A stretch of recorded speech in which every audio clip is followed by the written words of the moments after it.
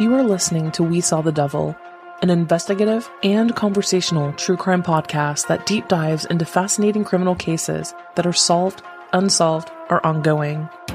From America's Lori Vallow to Germany's Armin Meiwes, we examine and discuss the world's most shocking cases. If you're enjoying the show, don't forget to follow us online. Check us out at WeSawTheDevil.com and We Saw the Devil on Facebook, Twitter, and Instagram. And don't forget, you can become part of the show by backing us on Patreon.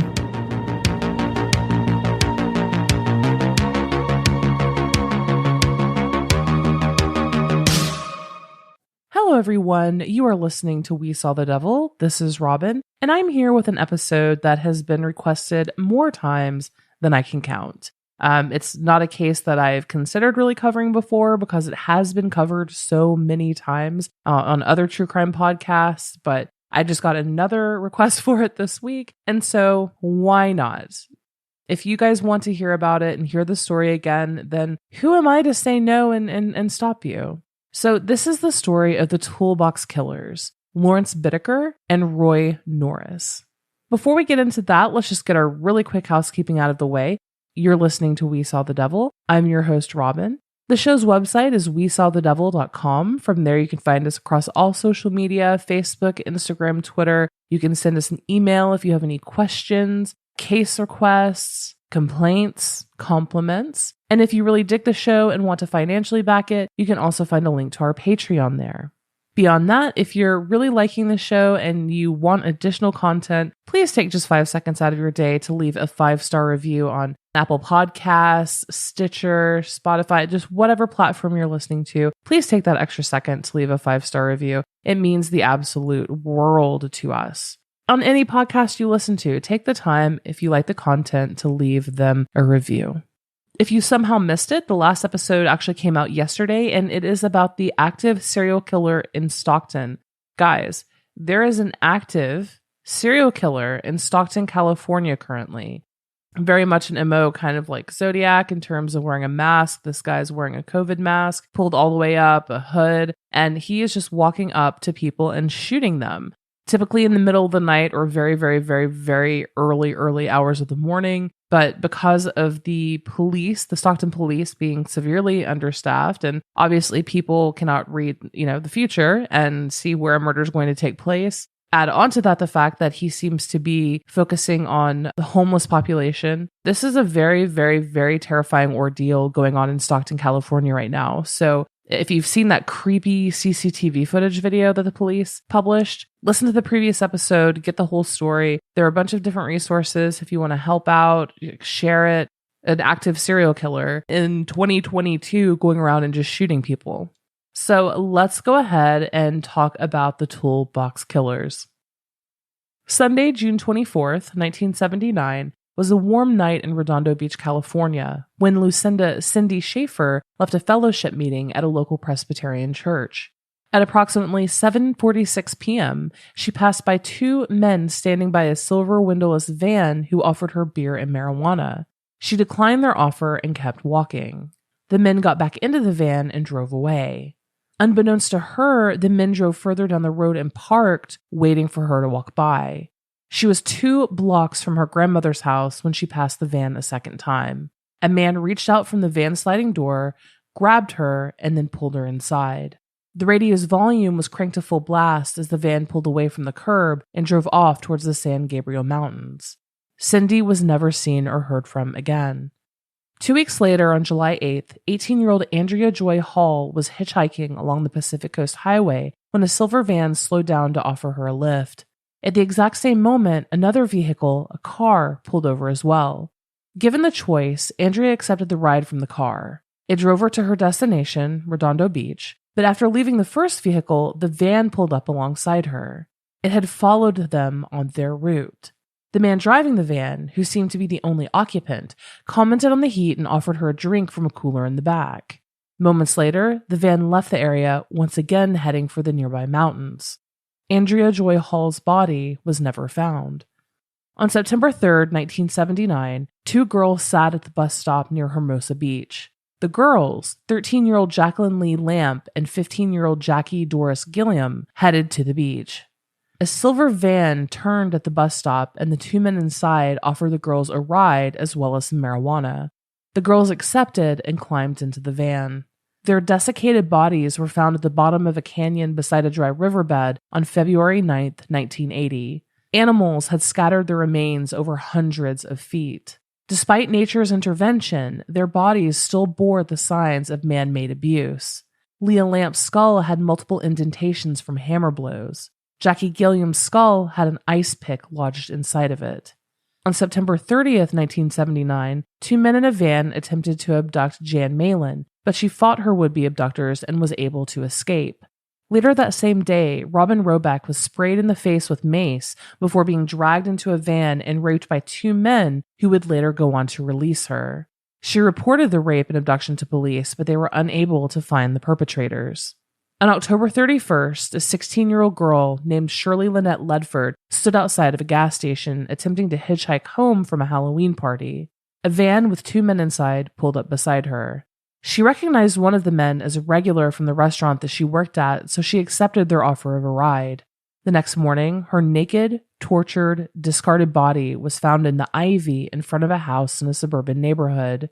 She had been sexually assaulted, received extensive blunt force trauma to her face, head, breasts, and left elbow. Her genitalia and rectum were both torn, and her right hand had been slashed. 1 month after the grisly discovery of Shirley Ledford's body, a parolee named Joseph Jackson and his attorney met with the Redondo Police Department. Jackson had recently become reacquainted with a man that he'd been incarcerated with at California's men colony. At first, the man, another friend, and Jackson would hang out at the beach and take pictures of the teen girls who congregated there. Eventually, the man told Jackson of his exploits with his other friend, which included the murders of 5 young women. He also mentioned macing a woman in the face before abducting and raping her.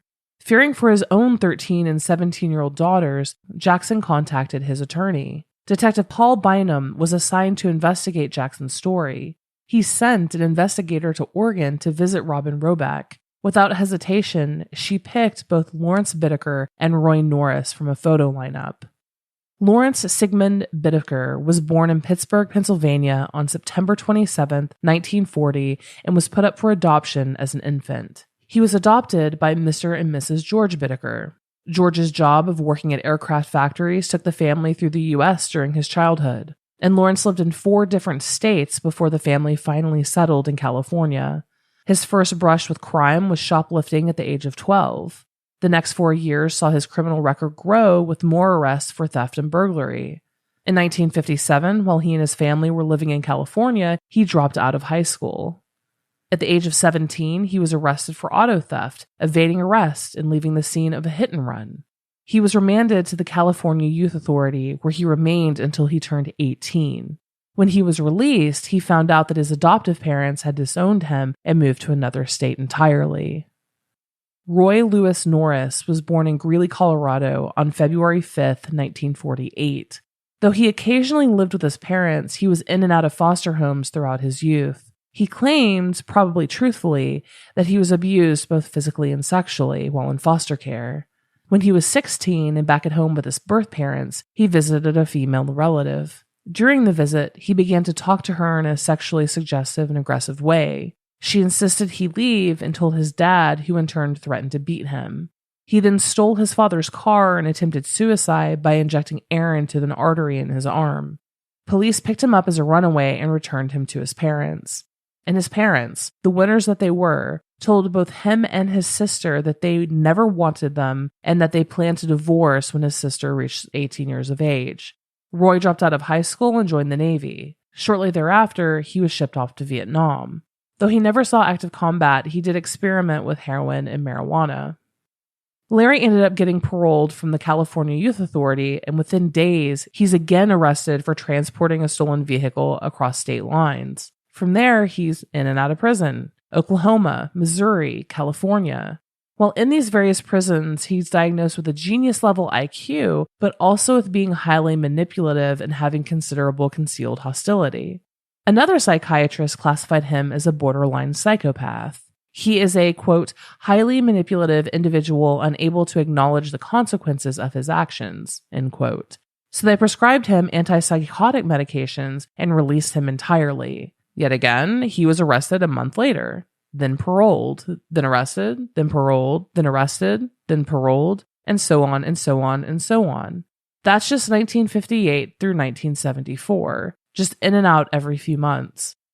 In 1974, he's finally released from prison. Within a year, he's arrested for assault with the attempt to commit murder. Gary Louie, a supermarket employee, watched him steal a steak. Gary then followed him to the parking lot and politely asked if Lawrence forgot to pay. Lawrence, being the calm, cool-headed person that he is, promptly stabbed Gary in the chest, barely missing his heart. He made a run for it, but was brought down by 2 other supermarket staff. Gary survived, so Lawrence was only convicted of the lesser charge of assault with a deadly weapon and sent to California Men's Colony in San Luis Obispo. Now let's catch up to Roy Norris. In November of 1969, Roy was arrested for his first known sexual offense. He tried to force his way into a woman's car. 3 months later, he tried to talk his way into a woman's home when she was home alone. When she refused, he tried to break down her door. She was able to call the police, who arrested him before he could hurt her in any way. Less than 3 months after that, 3 seems to be a magic number with Roy, Roy was diagnosed with a severe schizoid personality and given an administrative discharge from the Navy. While on bail from trying to break into the woman's home, he attacks a female student at San Diego State University on the campus grounds. He repeatedly struck her on the back of the head with a rock until she fell to her knees. Then he knelt on her lower back and slammed her head against the sidewalk. He was only given 5 years imprisonment at a state hospital, though he was classified as a sex offender. It's now 1975. Roy Norris has been released from the Atascadero State Hospital. Doctors have declared him no further danger to others. 3 months later, he approached a woman walking home from a restaurant in Redondo Beach and offered her a ride on his motorcycle. She declined, so he grabbed her scarf and twisted it around her neck, telling her of his plans to rape her before dragging her into some nearby bushes. Terrified for her life, she didn't resist him. Quote, no further danger to others. The rape was reported to police, but it wasn't until the victim saw his motorcycle that she was able to give the license plate to them and they were able to arrest him. He was tried and sentenced to the California Men's Colony in San Luis Obispo. It was here that his path intertwined with Lawrence Bittaker's. They bonded over jewelry making, though Lawrence saved Roy from being attacked by fellow inmates at least twice, according to Roy. They further cemented their bond over their interest in sexual violence and their seething hatred of women. They developed a shared fantasy of abducting, assaulting, and murdering teenage girls once they were released from prison. October 15, 1978, Lawrence Bittaker was released from the California Men's Colony. He found work in Los Angeles as a skilled machinist. It was a good job with a good paycheck. He was popular and known to be very charitable. 3 months after Lawrence's release, Roy was released from the California Men's Colony as well. He moved into his mother's home in Redondo Beach and got a job as an electrician. In February of 1979, the two met up in person and agreed to make their prison fantasy a reality. Norris and Bittaker immediately bought a 1977 silver GMC cargo van, which they nicknamed the Murder Mac. It had no side or rear windows and a very large sliding door on the passenger side. For the next 4 months, they did trial runs where they picked up over 20 hitchhikers, honing their approach. They would talk to the girls at the beach and take their pictures. They would pick up hitchhikers and actually take them to their destinations, working on the fluidity of small talk and surface conversations. They also found a secluded area to take their victims, a fire road in the San Gabriel Mountains. Lawrence broke the locked gate and replaced it with his own lock. Then they were ready to kill. June 24th, 1979, the men had no set routine and no particular victim in mind. After they had finished putting a bed in the back of the van, they hid tools, clothes, and a cooler full of beer and soft drinks beneath it. They then headed to the beach and hung out for the day. Nearing 8 p.m., Roy spotted Cindy Schaefer walking down a side street. After she initially turned them down and headed on to Grandma's house, they drove further up the road and waited for her. Roy opened the sliding door and leaned back into it so he wouldn't be visible. When she had passed, Roy pulled her in and slammed the door. Her mouth was duct tape and her feet were bound. The radio volume was used to cover up any noise that she made. They drove to the fire road in the mountains. They took turns raping her. She asked if they were going to kill her, and Roy said no. She must have realized that they were lying because she asked for time to pray. She must have realized that they were both lying because she asked them for time to pray. Larry tried to strangle her, but claims he couldn't finish. While Roy took over, Larry went to the front of the van and threw up. He had to pick his false teeth up out of his own vomit. Roy tried to finish the job, but Cindy began to convulse, so he wrapped a wire coat hanger around her neck and twisted it with pliers until she stopped moving.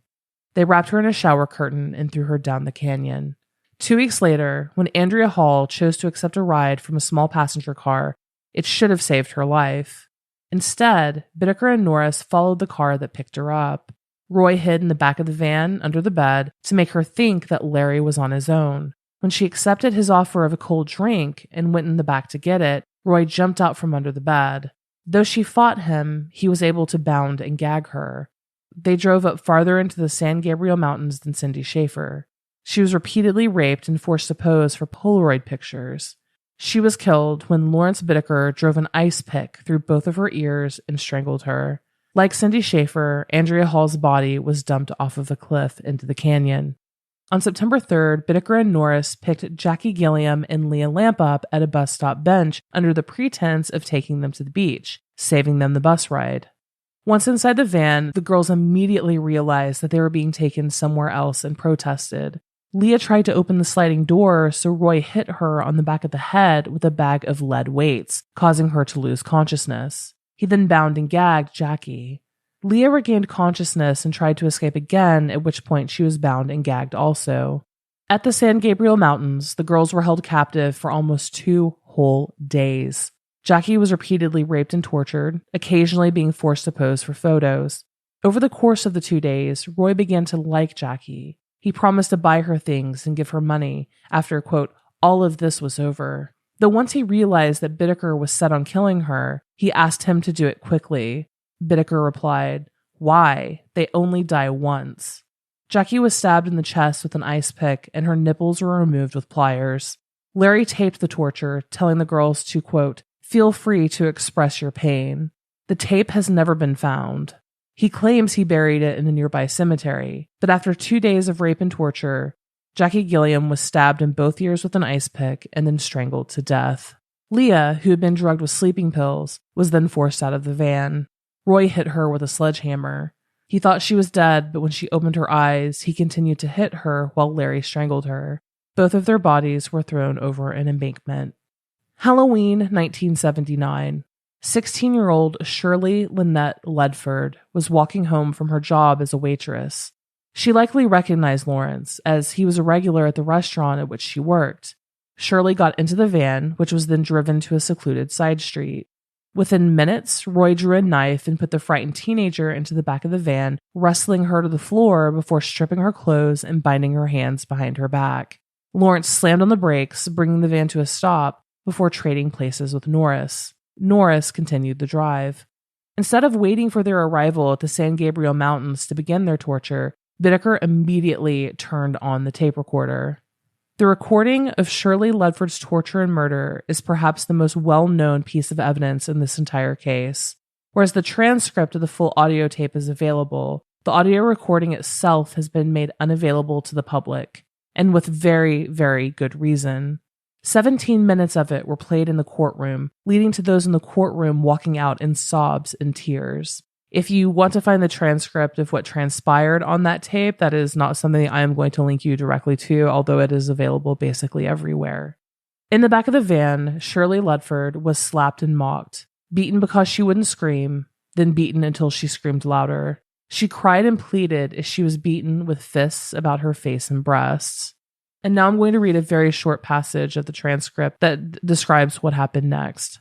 At this point, after Bittaker had forced Shirley to fillet him, repeated sounds of an administered beating, interspersed with loud screams, can be heard as Bittaker savagely beat Shirley about the breasts and, to a lesser degree, head. Bittaker then extracted his pliers from the toolbox. Shirley then emits several high-pitched, prolonged screams and cries of agony as Bittaker alternately squeezes and twists her labia, clitoris, nipples, and breasts with the pliers. Bittaker then returns the pliers to the toolbox. Banging sounds can also be heard throughout, which are believed to have been made as Shirley came into contact with the walls and inner contents of the van as she writhed and flailed. Norris then switches places with Bittaker. He taunts Shirley before taking a sledgehammer and bringing it down on her elbow, shattering it. She screams, "Oh God, no, please, no, no, no," over and over again, begging him not to hit her again, but her cries went unacknowledged. He struck her elbow with a sledgehammer 25 more times. Roy then asked her what she was sniveling about. Shirley Ledford replies, "Please just do it. Kill me." After 2 hours of torture, rape, and abuse, Roy strangled Lynette with a wire coat hanger tightened with pliers. It had been tightened to the size of a silver dollar. Larry decided to pose and leave the body on a suburban lawn because he wanted to see the reaction from the press. A jogger found the body in a bed of ivy the next morning. The autopsy revealed extensive blunt force trauma to Shirley Ledford's head, face, both breasts, and left elbow. She had puncture wounds on her hands. Both her genitals and rectum were torn by Bittaker raping her with the pliers. At the trial, Bittaker claimed that the tape recording was just a recording of a rough threesome. After Robin Robeck picked the men out from a photo lineup, police put Norris and Bittaker under surveillance. They were able to arrest Roy Norris for dealing marijuana. They picked up Lawrence Bittaker for the rape of Robin Robeck. They were able to hold both men without bail for parole violations because both of them were in possession of drugs at the time of their arrests. At Bittaker's motel, they found Polaroids of Andrea Hall and Jackie Gilliam. In the van, a sledgehammer, a plastic bag filled with lead weights, a book detailing how to locate police radio frequencies, a jar of Vaseline, 2 necklaces, which later were confirmed as belonging to 2 of the victims, and a tape recording of Lynette Ledford being tortured and murdered. 7 bottles of acid were also found in Bittaker's motel, which he had planned to use on their next teenage victim. Inside Roy's apartment, police discovered Lynette's bracelet. Between both homes combined were almost 500 photographs of teenage girls and young women, mostly taken at the beach and without their knowledge or consent. When confronted with the evidence, Roy Norris cracked. He admitted to everything. He took a plea deal and portrayed Bittaker as more culpable in all of the crimes. He described all of the crimes in great detail, but with little emotion and absolutely zero remorse. The bottles of acid found in Bittaker's motel, Norris stated, were intended for use upon the next victim that they abducted, and the acts of torture and humiliation had been committed against their victims for fun. Police were able to locate 60 of the young women in the Polaroids and found them completely unharmed, though 19 of the young women were reported missing. 19. Whether they were victims of Bittaker or Norris, no one knows. However, one young woman in the pictures taken from the men was posed in similar ways as Jackie Gilliam, which worries investigators that there is at least one other victim that they don't know about. To escape the death penalty, Roy Norris took investigators to the San Gabriel Mountains to search for the victims' remains. Cindy Schaefer and Andrea Hall have never been found. Jackie and Leah were found, still bearing the marks of their murders. In February of 1980, Roy Norris and Lawrence Bittaker were formally charged with the murders of the 5 girls. Before sentencing on May 7th, Roy Norris met with a probation officer. That probation officer later testified that Norris claimed Bittaker was the one who did the actual torture. However, he said that Norris never exhibited any remorse or compassion about the brutal acts committed towards any of the victims, and that he, quote, appears compulsive in his need to inflict pain and torture upon women. That probation officer then suggested that Roy could be regarded as an extreme sociopath beyond rehabilitation. On May 7, 1980, Roy Norris was sentenced to 45 years to life imprisonment. He was first eligible for parole in 2010, but he didn't show up to his parole hearing, so automatically that was rejected until 2020. However, he actually didn't make it to that parole hearing. Roy Norris died of natural causes at a California medical facility in February of 2020. On April 24, 1980, Lawrence Bittaker was arraigned on a total of 29 charges of kidnapping, rape, sodomy, and murder, in addition to various charges of criminal conspiracy and possession of a firearm. He was also charged with 2 counts of conspiracy to commit murder. Remember Robin Robeck, the lady they maced and raped? The one who identified them and got this whole ball rolling? Well, in December of 1979, Lawrence unsuccessfully attempted to persuade 2 inmates who were soon to be released to murder Robin Roebuck in order to prevent her from testifying against him at his upcoming trial, which is ironic because the charges for the rape of Robin Roebuck would later be dropped from lack of physical evidence. The star witness to appear for the prosecution at the trial of Lawrence Bittaker was none other than Roy Norris, who told of how they became jailbird buddies and came up with their van plan. Apparently, Roy had tried to kidnap a woman on his own, but it just didn't work out, so they agreed to do it together in the future. He then went through the abduction and murders as well as the rape of Robin Roebuck. But he also went over the attempted abduction of Jan Malin, as well as the attempted abduction of an unidentified young woman on a different date. But Roy wasn't the only witness. Bittaker didn't seem to be able to keep his business to himself. Several witnesses testified that Larry showed them pictures of the victims. He showed a 17-year-old girl a photo of Jackie Gilliam and said, quote, "The girls I get won't talk anymore." His cellmate was actually able to describe Jackie Gilliam and Lynette Ledford's tortures in graphic detail because Lawrence Bittaker bragged about it.